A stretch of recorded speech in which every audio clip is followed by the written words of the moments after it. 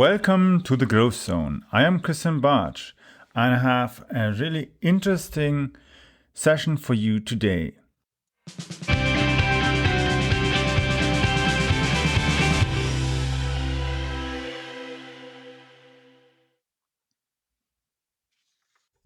So today I've got with me Damion Lupo from Arizona. He's the best-selling author of more than 11 books in personal finance and money thinking. Host of the Financial Underdogs podcast, owner of over 50 companies and founder of his own martial art, Yokido.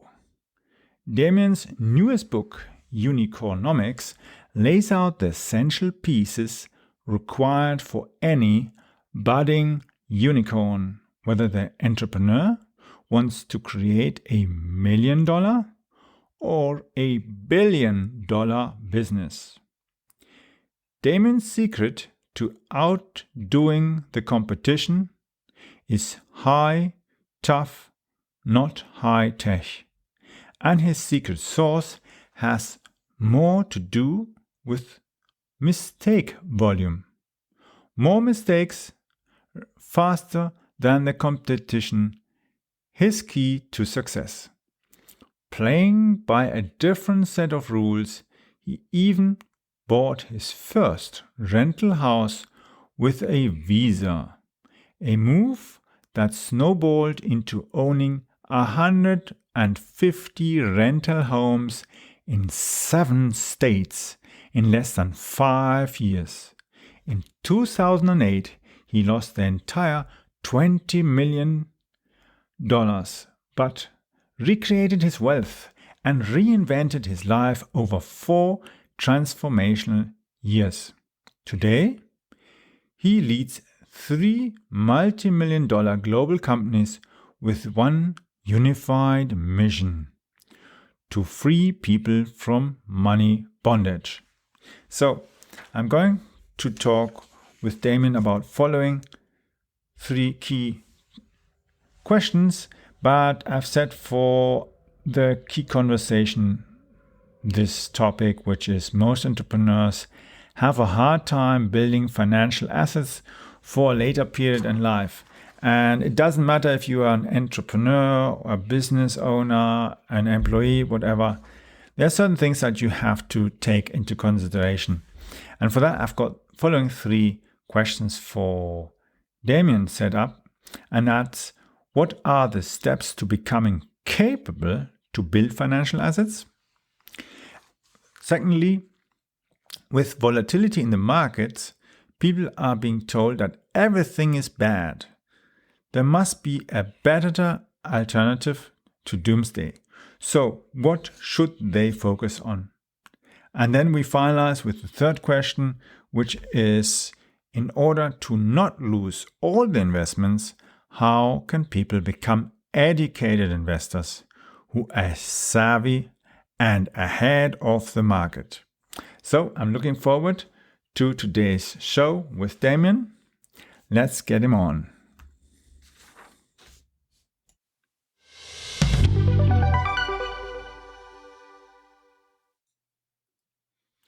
So I've got today here with me Damion Lupo from Texas, am I right? No, Arizona you are.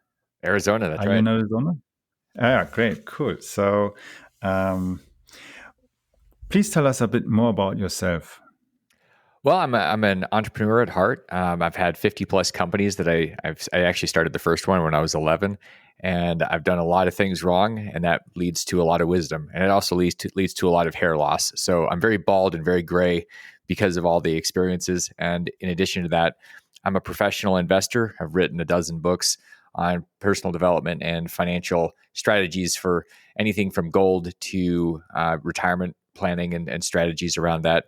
And really, I've got a mission in my life and with my companies to break financial shackles so that people are free from the bondage that most of money kind of keeps us in. Most of us are not free from money. And so my mission with the companies and with Financial Underdogs, my podcast, is to help people really understand the truth about money and give them a fighting chance so that they're not always trapped in this jail of money. And that's really what I do. It's what I spent my time doing, and what my team is all about, and why we exist. And so yeah, that's me.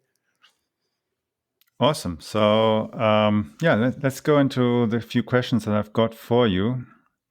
And the first one would be, what are the steps to becoming capable to build financial assets? Because when I think of it, so many people are trying to, whether they're business owners or employees or anything of that ilk, they try to somehow build financial assets for a later period in life, but they just struggle all the time, or they've got the money and eventually it's gone again. So what would you suggest? Well, the first thing is that when we're doing a job or we have a business, that's a different skill set than being an investor. So you can have a business and you can make a lot of money and do really well, and then absolutely lose everything with investing because it's a different skill set, different tools. There's when you're an entrepreneur, you're a consultant, you may take a ton of risk that is completely inappropriate as an investor. So the first thing that we really need to do to build wealth and build assets is to understand there's different training. And if you apply the same training or the same mindset to investing that you do with business, it's very likely you're going to keep losing all your money. And that's just simply because it's a different mind. You have to like exchange your mind from one to the other. And a lot of that it has to do with understanding position sizing and risk mitigation and things that really are very different. In business, it's about rolling the dice and trying things. And if you flop, it's okay because you try something else. In investing, if you try something and you lose everything, starting over is a nightmare. And it's really understanding the differences, that you have to have different skills and tools, and you have to listen to people and their teachings based on what they've done. Are they great investors, or are they great business people? Most people are one or the other at best. It's very rare to find someone or some teaching that is going to apply to both. Almost doesn't exist. I absolutely agree, because it's really so different to what you're doing. For instance, in my company, we once developed a software for asset management. So for instance, if you invest in companies or anything, it's quite different than if you invest in stocks or you invest in other kind of assets or anything. Like for instance, mutual funds, it's also very different as well. And it doesn't matter whether it's you're using other tools or you have other mindsets or other principles, where you decide, okay, am I going to do this or not?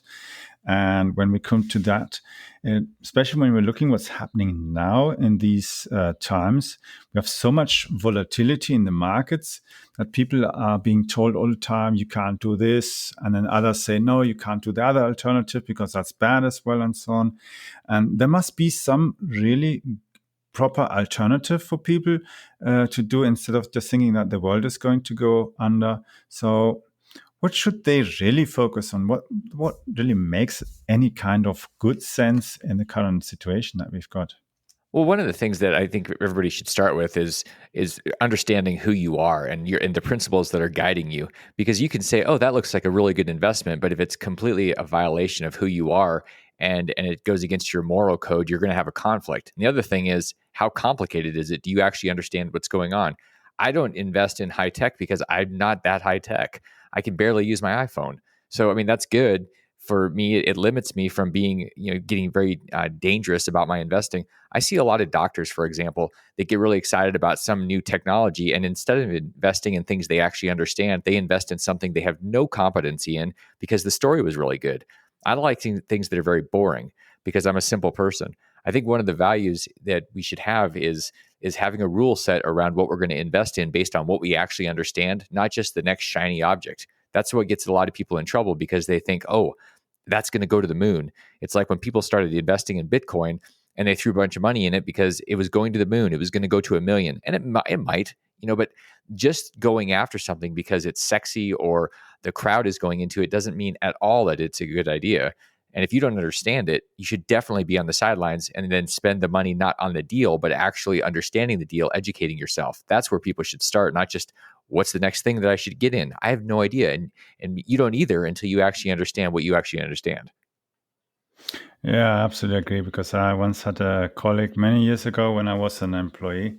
I used to invest as well, and I had some colleagues that just went after the next shiny object. And was a time when the largest telecommunication company was deregulated and eventually put onto the stock exchange, and everybody was running after it and buying it.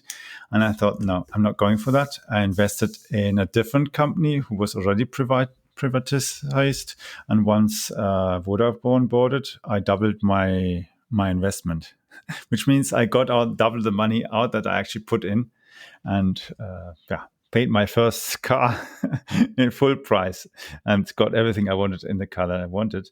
And the other guys, they put like double the amount that I invested in my thing, and they lost it everything. So in the end, like 60,000 in, and the whole thing was like 10,000 worth afterwards. So they really lost quite a lot of money. And that's the thing. If you just follow the stream, there's a big issue that you're going to run in.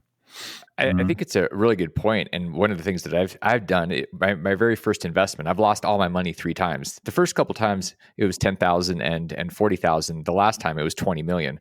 But it doesn't really matter whether it's 10,000 or 20 million. The point was, when I did it the first time, I simply did what somebody else was doing because I got excited, and he said, I'm investing in this stock. And to your point, if you're just doing what somebody else did, how do you know when you're supposed to exit or why you're doing it if it's just somebody else? He actually got out of the stock and sold it before I did, and I didn't know that. And so I was holding on, watching it go from $8 down to 3 cents. And so I think we really need to understand our rules for engagement, why we're doing what we're going to do, when we're going to get out, and if the things change, how are we going to know that something's supposed to change, whether it's stocks or real estate or gold or Bitcoin or whatever it is. We need to understand our rules before we actually go and start doing something. Yeah, and you have to really then keep monitoring it, and just, of course, as Warren Buffett may say, you can leave it for ages, but it doesn't mean that you just ignore it and forget it. When you look at it, he's just jumped out of many airline and aviation businesses in time. Yeah, he left it, of course, for many years, but eventually he obviously noticed that something is not going to be good, and so he got out in time. He kept his eye on it, and if people I think they really have to keep an eye on it, otherwise they'll lose everything. But looking at that, in order not to lose all the investments that one has done, how can people actually become educated to be really educated investors who are savvy and ahead of market trends? Because as you said, at that time, your first investment, you weren't actually aware what was going to happen in the market. So how can they avoid actually that and learn from your mistakes where you developed your skills? Well, I think one of the things that's important is to be really conscious about who we're spending time listening to. I think a lot of times people just stay with what they've always been with, the people or the channels, and so my question to myself is, who am I listening to, and who do I need to find that has been through things that is older, wiser, grayer, balder than I am? Because I want to know from people's experience, and so I think that's always something to start with. If we're just reading the same thing, whether it's or watching the same thing, the FT or the Wall Street Journal or whatever we're doing, we're not necessarily getting the things that we need to know. We're just getting propaganda in many cases. So I think it's always important to say, okay, I listen to people like Jim Rogers. I want to listen to somebody that's 70 years old, that's been all over the world, that understands things from a foundational perspective, not just somebody that got lucky or happened to hit something really well. When somebody, one of the rules that I have is, look, if you're telling me how to do something and you've never made a mistake or you've never lost money, I'm probably not going to listen to you very well, because you haven't actually been through enough to make mistakes and lose money, or you're just lying. And so I want people that have been through stuff. And that's one of the values that I have in the world. And with people that learn from me is, I've been through a ton where I've bled and I have scar tissue. And I understand at an emotional level what to do and what not to do. And I'm always willing to be humble enough to be wrong. And that is just something that is missing with a lot of the arrogance out there with people that think that they know everything. Nobody knows everything. We're always learning. And the question is, who are you learning from? Exactly. And when you just even mentioned Jim Rogers, do you remember that he actually originally tried to save as well Lockheed when they were going to go bust? And when you think of it nowadays, I think Lockheed belongs now to a larger consortium of aircraft manufacturers. and they're still there, still in the market. So you obviously saw some potential there when others maybe exited at the wrong time. And yeah, sometimes you have to know whether you go in or you go out of it. Yeah, and the thing that one of the things that's great about Jim is he'll constantly say, I don't know. I hope I'm smart enough to leave this thing when, he'll buy gold or he'll buy something, and he's never trying to convince anybody that he knows with precision and perfection about what's going to happen. He's willing to place bets, and he's willing to try things, and then he's humble enough to say, okay, that didn't work. Just like Warren Buffett exited airlines, he said, nope, I'm out. And he typically is the kind of investor that he just buys something forever. And so for him to say, nope, this isn't working anymore, I think it's very powerful for us to all take that as a perspective on being humble and not just being righteous about our choosings. Yeah, exactly. And you see that so many of these people are changing and modifying. And one of the things that I learned is when I started investing, never listen to what the bank manager is trying to sell you over the counter. Yeah, that's always actually it's a great point, because a lot of times we get advice from people that are simply trying to sell something, and that's usually not in our best interest as much as it's in the person trying to sell the thing. So it's always a good question: where's the money flowing?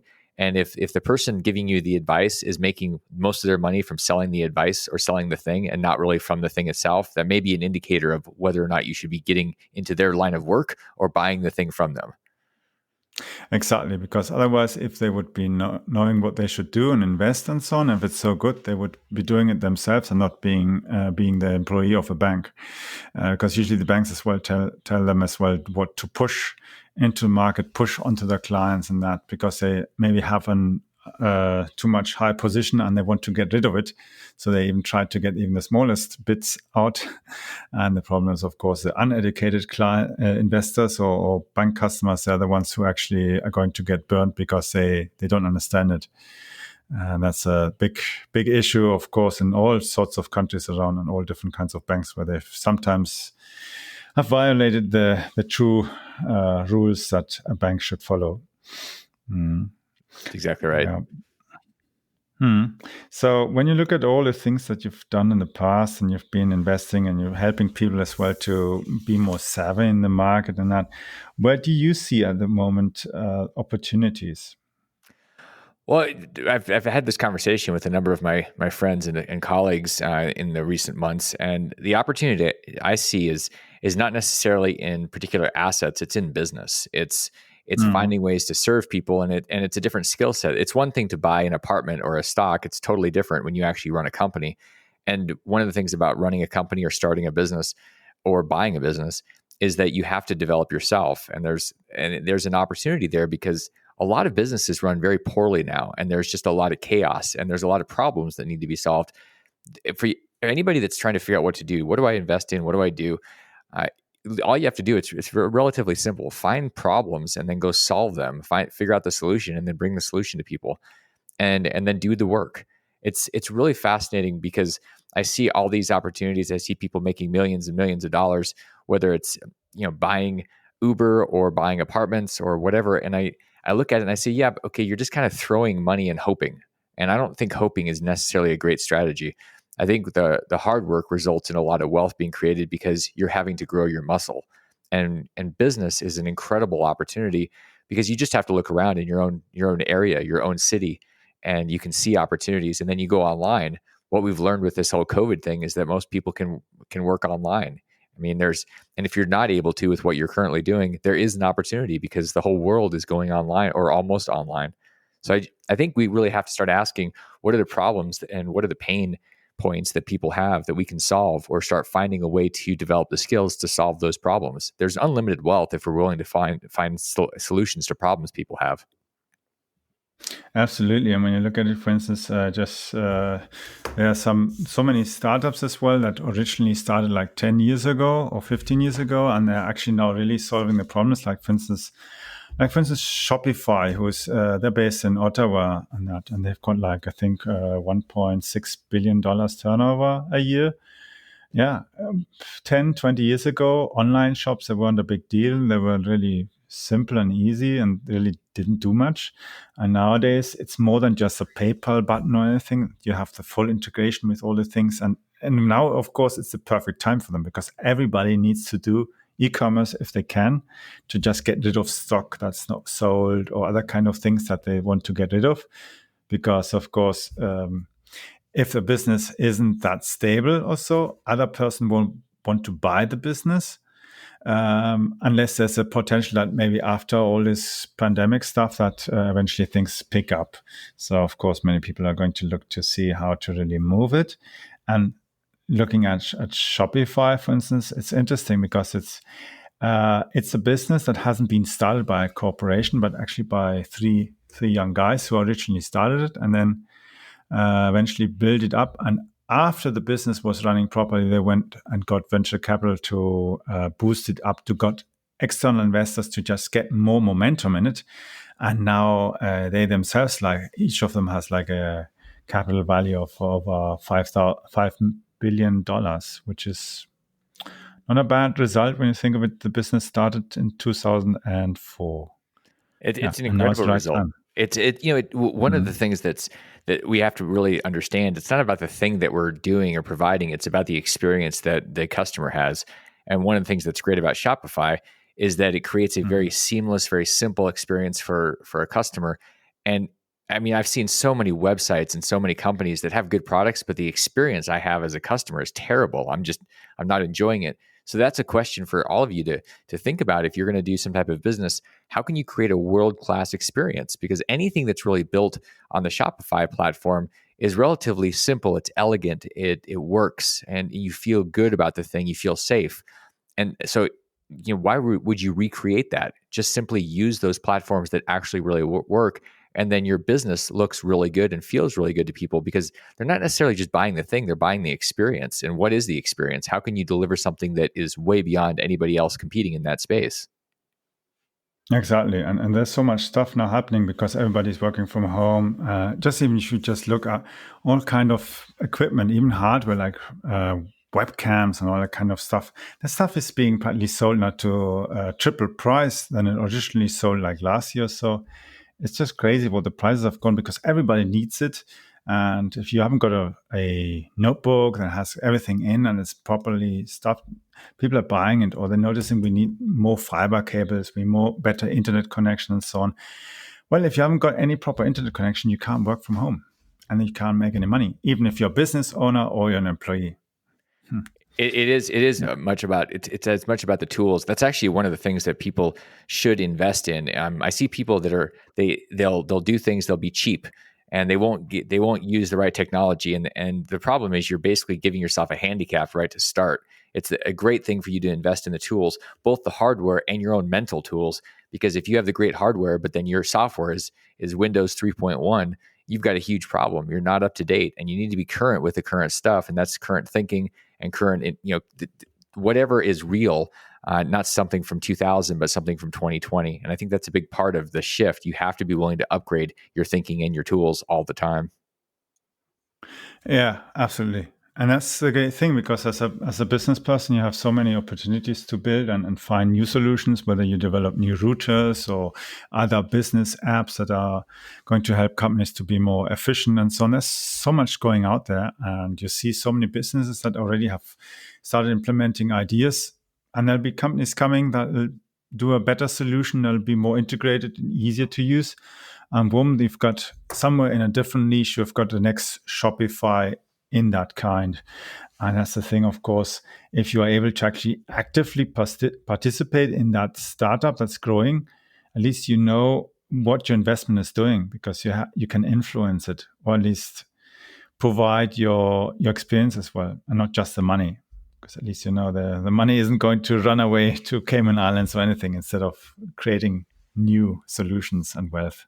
It's a good point. Something that I remember Tim Ferriss talking about years ago. He said one of the reasons that he invests in startups, he wants to have access to the people. And sometimes the deals are good, mostly they're bad, they don't work out. But it's having access and being able to understand who you're working with. Because when you invest in something, you're investing in people, and people have to execute the thing. You can have a great idea with terrible people, and it's dead. you can have an okay idea with a great team and you actually have a chance of it working. So really the first thing we should be doing is looking at the people that are going to be part of our thing or are running the thing that we're investing in, because the people are who is going to actually make it work or not work.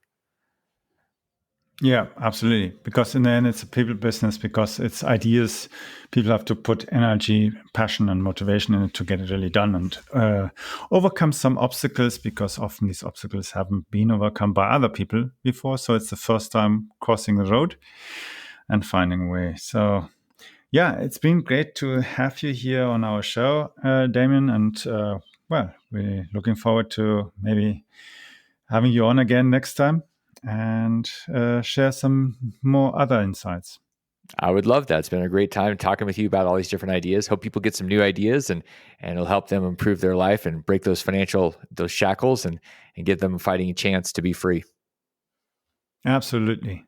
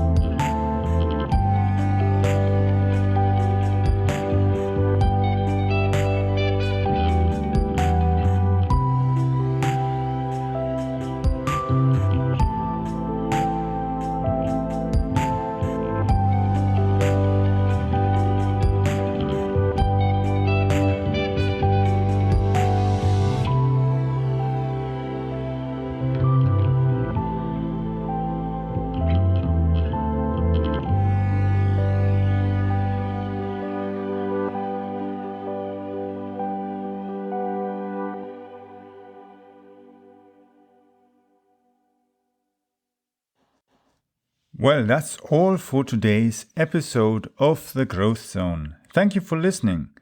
Make sure you subscribe to the podcast on iTunes or Spotify so you never miss an episode.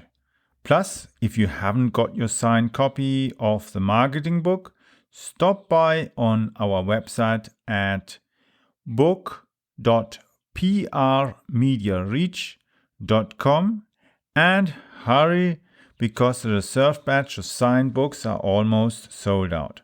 So the address is book.prmediareach.com. I'll repeat, book.prmediareach.com.